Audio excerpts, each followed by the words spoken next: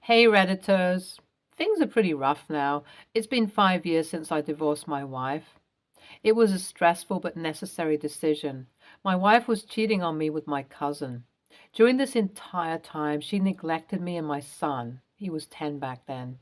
I do not believe in violating someone's privacy. Never had and never will. I just happened to witness my wife's affair with my cousin with my own eyes and ears. So I was outside the States. I had to go to Paris for a 1 month business trip. Initially, there was too much workload and I barely had time to myself. Luckily, I finished most before the time. We completed everything in 2 weeks and spent the next week on travel and tourism. I bought several trinkets for my family and friends. I told my wife I wouldn't be back until May 24th, but we finished early and came back before the expected date. We returned to the States on May 21st, a day before our 15th wedding anniversary. By the time I got home, no one was there. It was quite convenient because I wanted to surprise her, so I hid my suitcase under the bed because I do all the cleaning so she won't suspect. I wanted to throw a surprise anniversary party, but I knew I wouldn't manage in such a short time, so I called my friends and they helped me organize the whole thing. While preparing the venue for the party, I also handed out the trinkets I bought for them. Finally, everything was exactly how I wanted it to be. I went back home to pull a prank on her.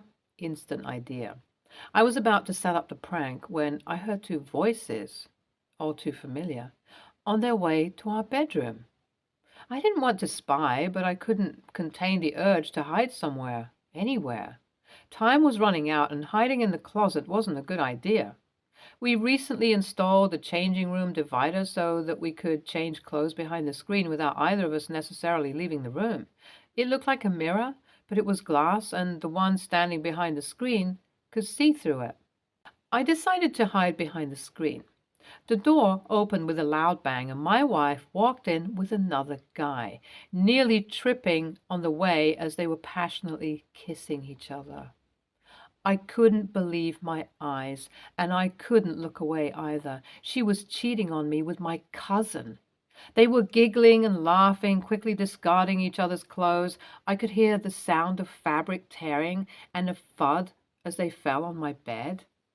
I turned around, not daring to watch any further. I couldn't handle the betrayal, but I could still hear my wife moaning and screaming, clearly enjoying it.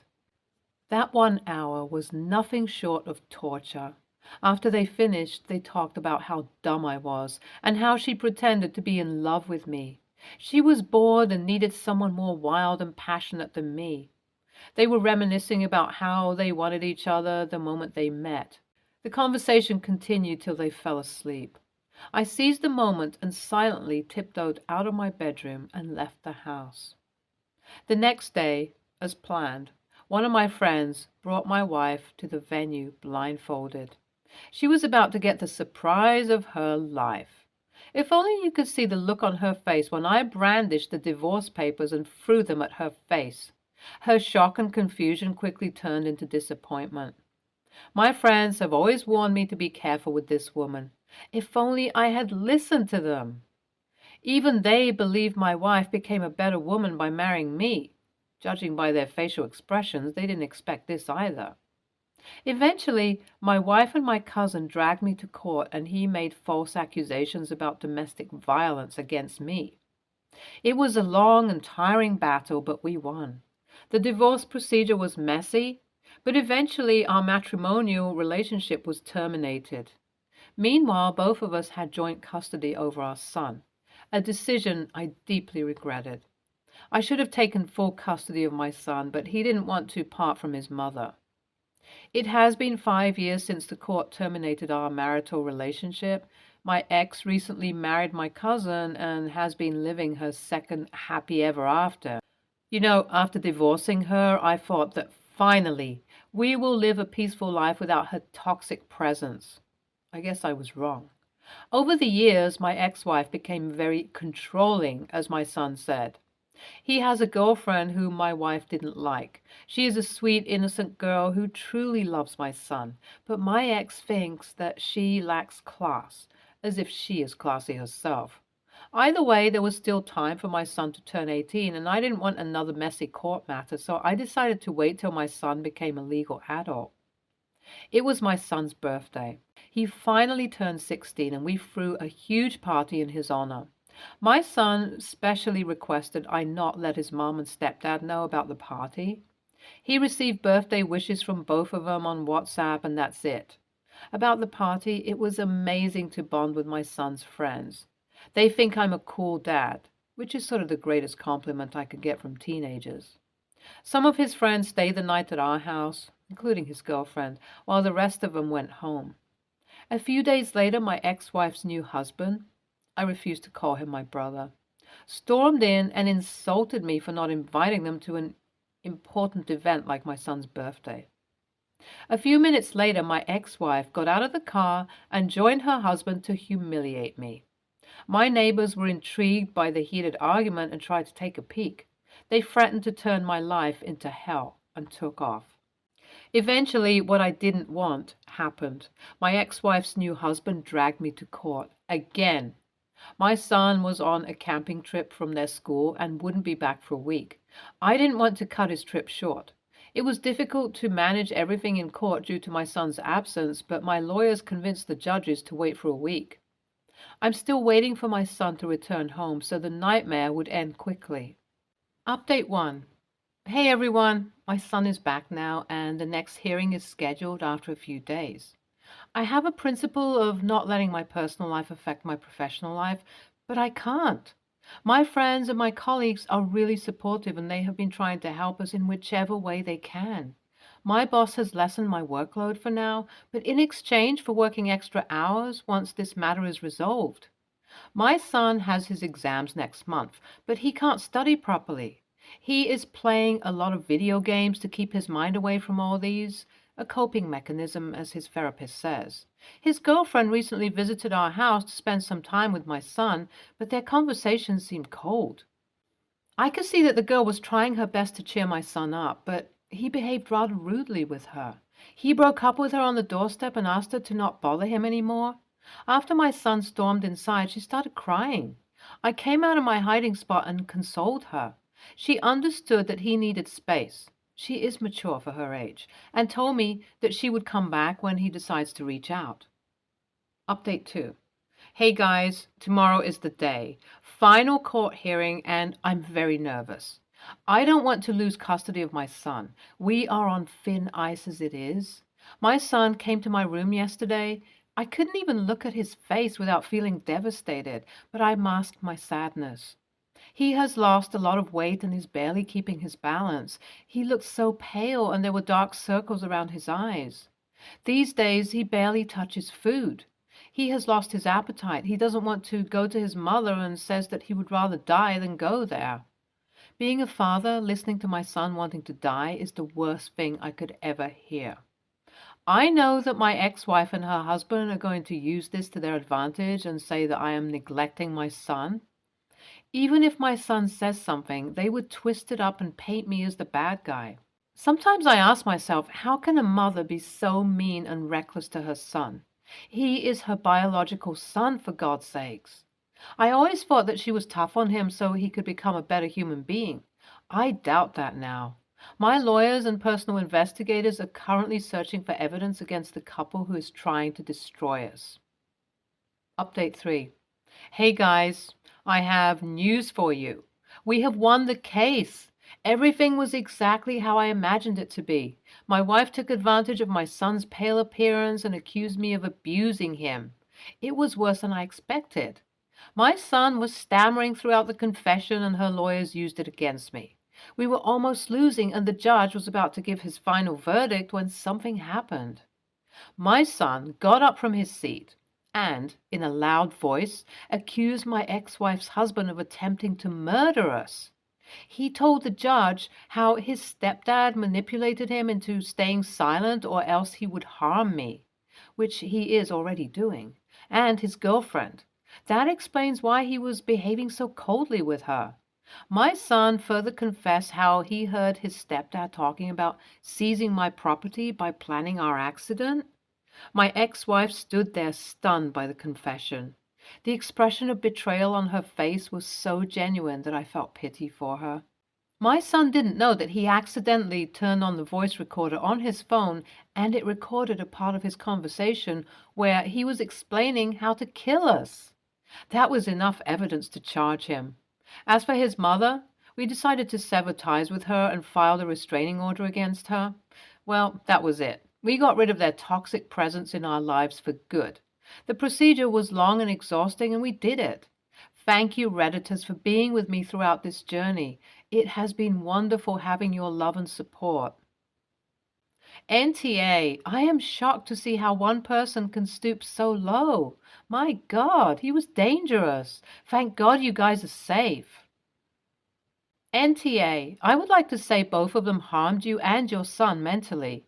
Your ex-wife was way too selfish to take care of your son. Restraining orders take a lot of time to come into force. I would advise hiring proper security till then. Stay safe. Next story. My brother was married to my best friend, Ellie, for a decade. They had 2 children together, Milo, who's 8, and Piper, who's 7.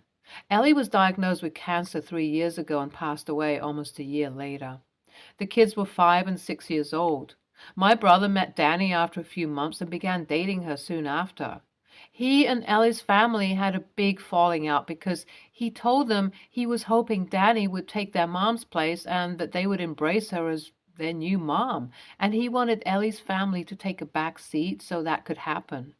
They asked how he could erase Ellie, and he told them she's dead, and he and the kids aren't, and he didn't want them holding a candle for a dead mother the rest of their lives while they could have a living one. When they told him they loved the kids too much to disappear, he told them he could maybe arrange a phone call every Christmas.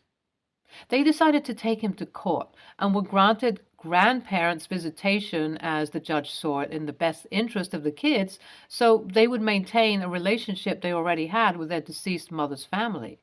My brother and I also had a strained relationship because he also tried to get me to erase Ellie.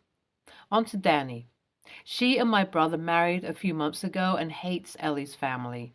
She has accused them of caring more about themselves and Ellie than the kids because they denied them a more whole family. She visibly shows annoyance when the kids mention Ellie. She blamed me when the kids told her they weren't going to call her mom. She and my brother asked if they would, and the kids weren't interested. She was also unhappy they spent Mother's Day with Ellie's family and not her, and even told the kids. Not too long ago, she confronted me and said my contact with Ellie's family sends the kids the wrong message, and that I clearly have a favorite sister-in-law, which isn't fair. I told her Ellie was my best friend since we were 4. Her family and I are close, and of course we remained close when she married my brother. Danny told me I need to stop seeing them or else. She told me she's tired of being second best and not being chosen by the kids. She said they don't even try to let her in. We argued, and I told her that her being jealous and controlling will always make her second best unless she learns to embrace that she did come after Ellie in our lives. She lost it, and my brother told me my loyalty should be with him and Danny over Ellie's family. He also told me I was insensitive with Danny. AITA? NTA. It's giving I have moved on, and the fact that my kids won't also totally raise dead wife from their lives is pretty freaking inconvenient for me, to be honest. Like, who the actual frick says things like he wants the new girlfriend to replace their mother? He doesn't want the dead wife's family to see the kids, and he doesn't want his kids holding a candle for a dead mother when they could have a living one. Disgusting. NTA, your brother and Danny are the a-holes. It is horrible that the children have lost their mother, but it is even worse that they tried to erase her. That is not healthy for them. It should be considered psychological abuse to make them give up the memory of their mother like that and love a stranger, because that is what Danny is. Plus, she seems like the evil stepmother forcing them to love her. She would do better if she tried to be more like a friend or an aunt. By the way, by Danny's behavior, if she gets to have her own children, it will be the end of your nieces and nephews. Next story. I'm 17, female. My parents are divorced and married to different people. I have an older brother, 20 male, and a twin brother, 17 male. I have other siblings, but these are the only ones I share both parents with. My dad has 4 children with his wife, and my mom has a daughter with her husband. Recently, my twin came out as gay. My older brother is bi, and he's been in a relationship with a man for the past year.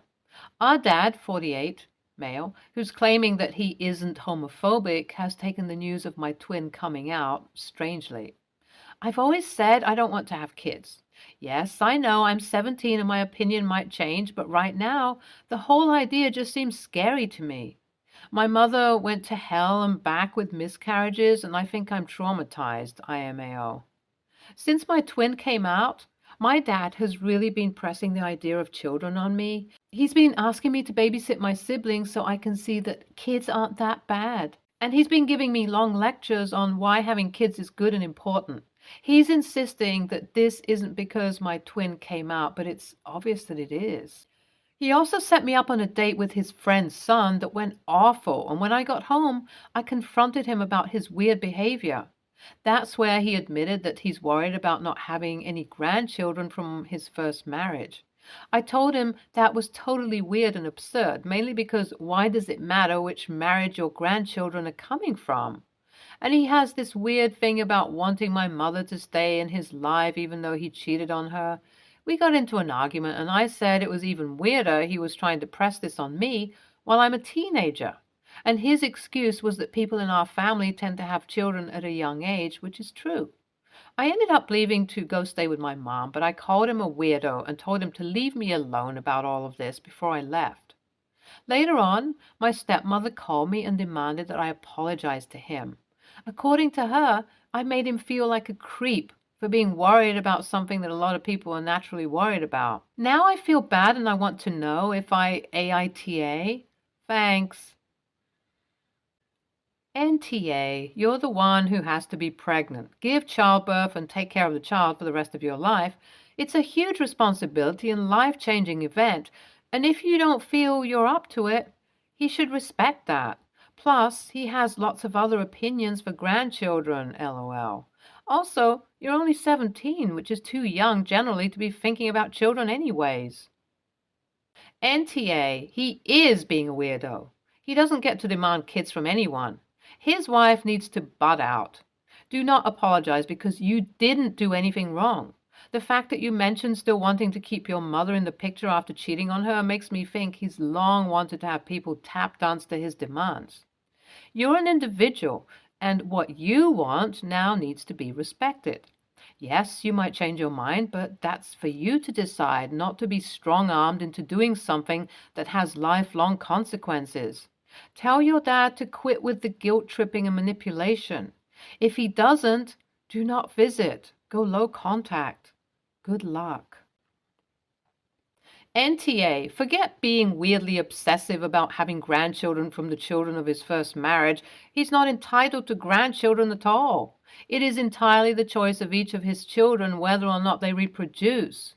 He was being weird and pushy, and it's perfectly reasonable of you to have called him out on it and told him that he needs to stop. He can be worried about this all he wants to be as long as he keeps it to himself, which he's not doing here. His behavior is what's inappropriate, and as far as that goes, he owes you an apology. If having a relationship with your dad is important to you, I encourage you to take some time to gather your thoughts and then sit down with him, or write him a letter if you're not comfortable doing that, where you let him know how uncomfortable he's making you, and specifically point out that he's pushing his actual living child, who exists right now, away with his obsession about the potential for future grandchildren. Stay tuned for more stories from our girl relationships.